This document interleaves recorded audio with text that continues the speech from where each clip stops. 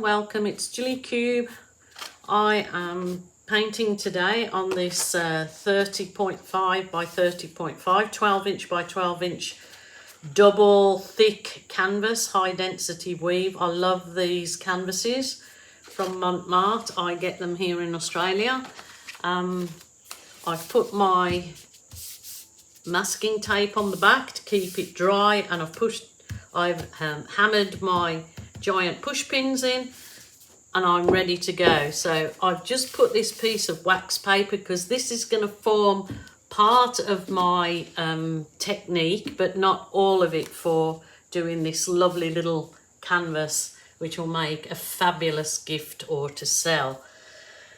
So I may start off with, I don't need to coat this canvas again because it is actually double coated. It's bought pre-coated, double gessoed as they call it. So, but I'm going to just give it a coat so I can run some paint down the sides. It's not necessary because it's coated, but this will form part of my background for my other bits and bobs I'm going to do on this particular one. So just a quick coat. It's just really to make it fluid, slippery, so it's not a dry canvas really. That's what I'm probably trying to achieve more than anything. And it gets the sides painted, but you can always do them at the end or after it's dry with a complementing colour, so no worries. Rightio, let's go for that. I'm going to put that aside for a minute. This is my wax-proof paper that I just love working with because you can scrape any wasted paint up. So I'm meant to actually kind of do an outline of where I'm going to put this paint. So it's just a rough outline. It's just for me really to know that I don't go and put all the paint out of areas that I'm not going to need. So we'll go over there. I'm going to use my champagne gold, which is 50% gold, 50% silver. So this is a background that I'm doing for the piece. So it isn't, you know, it's going to form part of the piece, but this is a background. So that lovely champagne gold, and then just with the white. It's very simple, very simple. You can do anything. Oh, something's biting my ankle. Yeah, you have to be careful here in Australia when you feel something biting, because it might not always be just a little gnat. It could be a snake or a spider, but I don't get that very often, and I live in the country. So okay, let's do this thing. Remember, this is going to form my background. Any of the paint that's under there I can absolutely scrape together and reuse. So it's give a nice firm push down for my background. I'm going to try and keep my hands clean to keep the back of it clean. So this will be a nice piece, like I said, to gift or sell.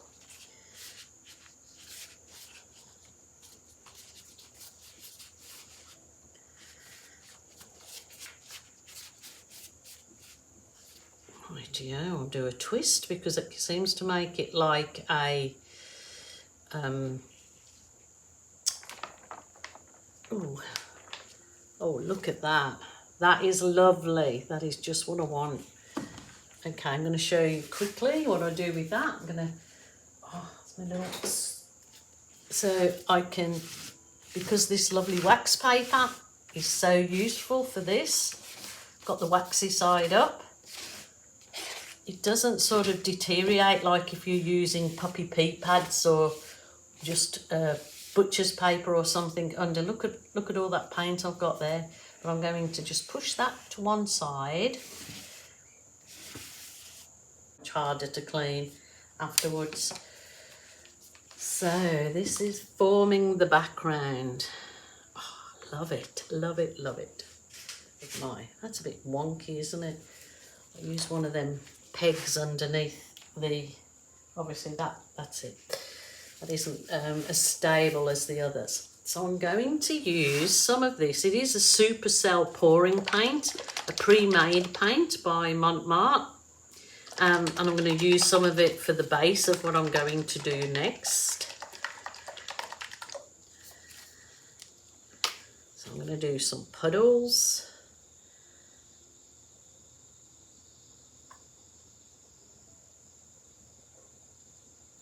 I'll start off with 2 because I don't know, I haven't mixed these paints before with my ordinary paint, so I'm going to see how they go.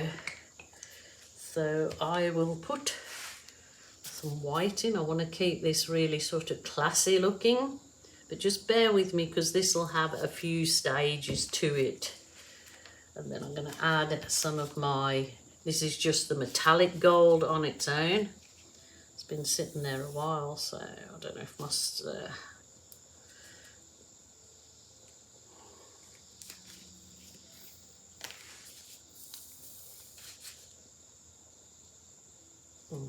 no, that's a bit too thick actually. I can't use that. Not for this particular one anyway. But oh, have I got any more handy? Let's try this one. See if this is, that's a bit too thick, that. Yeah, that's a bit better. So this is just metallic gold on its own. And then I'm going to blow those out first before I go any further. I want to test this out.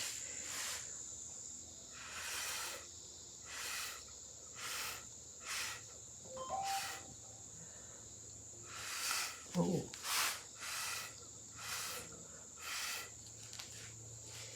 Don't look at it yet because it's certainly not finished, but that is absolutely fine. So I will continue with my flowers.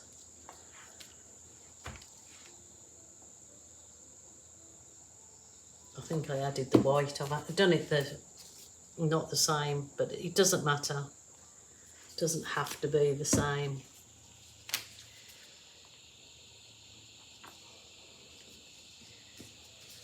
It's just something that I had in my mind. It doesn't look nothing yet, but let's just bear with me.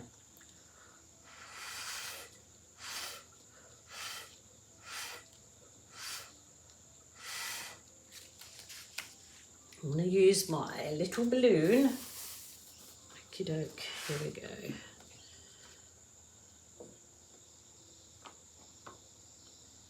Just bear with me.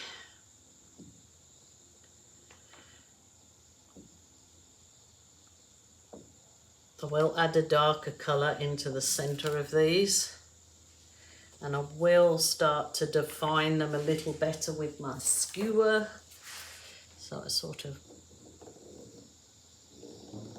define the petals this way using your skewer. You can also go outwards.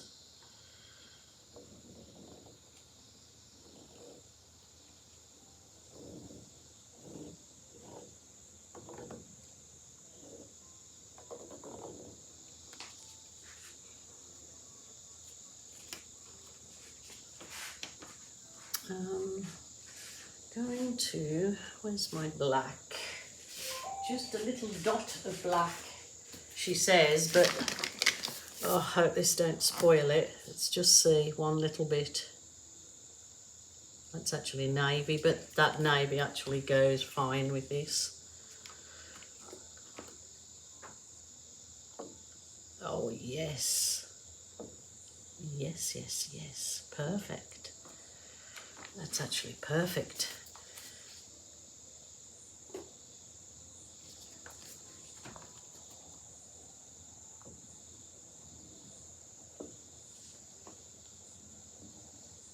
I just love that background. I think that I probably have to define them better when it's dry by drawing in a line. They haven't come out as they normally would, my balloon kiss flowers, come out quite defined. because I think the paint's fairly dry. It's not a really nice fluid coat underneath, unless I should have done a, oh, should I? Let's go for it. I'm going to try this. I'm going to do, let me start again with this. No, I really hope, if not, I'll just scrape that flower off, but I just want to try something with a bit more paint to make. Jeez Louise.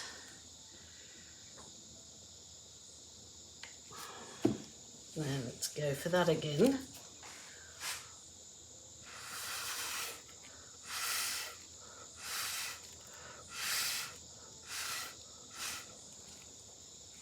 It's actually nice with the white in like that.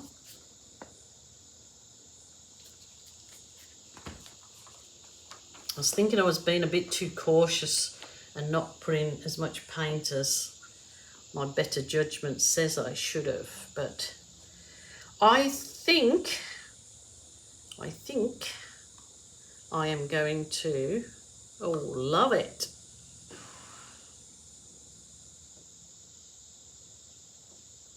Leave this to dry. I wanted it minimalist and then actually draw or paint in a bit more definition to my flowers.